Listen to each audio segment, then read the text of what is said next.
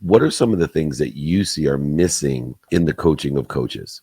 Well, it's funny you should mention that because I've just started a new business for coaching sports coaches. So it's fascinating to see how we look at, how we look at business now. Most leaders in business have some kind of coaching or some kind of consultancy or support because they realize that it's a folly to think you can do everything alone. Doesn't matter how smart you are, you need some support, you need some reflection. You even just need a space where you can come and talk to somebody without being judged who's on your side. And yet we're not seeing that in the sports world. And what's so fascinating is when we look at athletes to coaches, it's an entirely different job. As an athlete, your job is to be pretty selfish. You design the world around you to be able for you to perform at the highest level possible, and everybody's there to support you in doing that. When you become a coach, it's completely the opposite. It's a selfless job. Your job is to make sure everybody else is supported and looked after. Yet we don't actually give elite athletes training on how to be a coach. We think because they understand the sport, they understand coaching, completely different skill sets. Coaching's communications, understanding how other human beings think. It's understanding motivation and demotivation. And that's not an athlete's role often.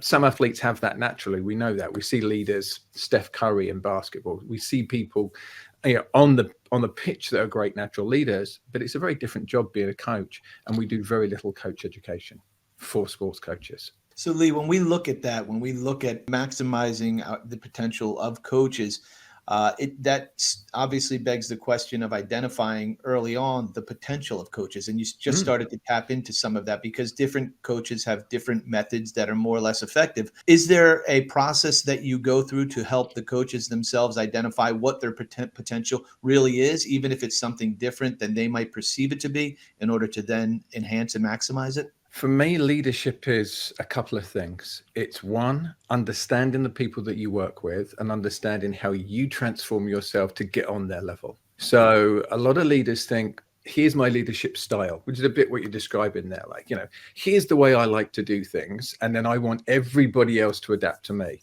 For me, that's poor leadership. Good leadership is going, how do I widen my breadth? How do I understand how to communicate with different people? I've seen good sports coaches lose unbelievably talented athletes because they couldn't connect with them. And there was just not the connection needed. And the athlete felt they were bullied or misunderstood and they quit the sport.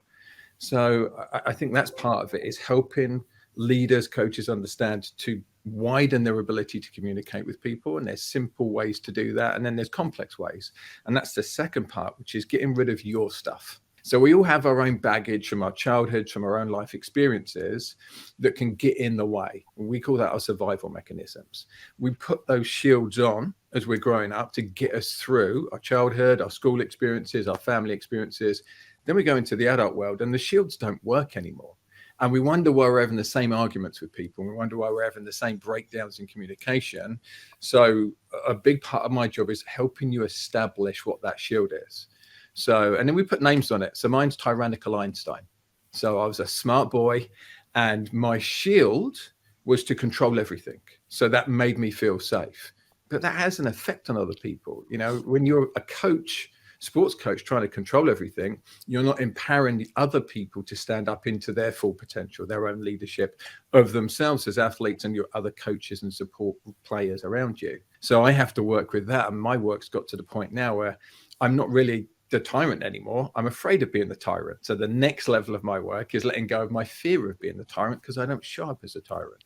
And that's the work that I do with leaders is, skills work. How do you communicate better? How do you broaden your skill set? And then deep transformational work. How do you understand your own personal stuff that's getting in the way of you connecting with people like you want them to, or seeing the world as it is?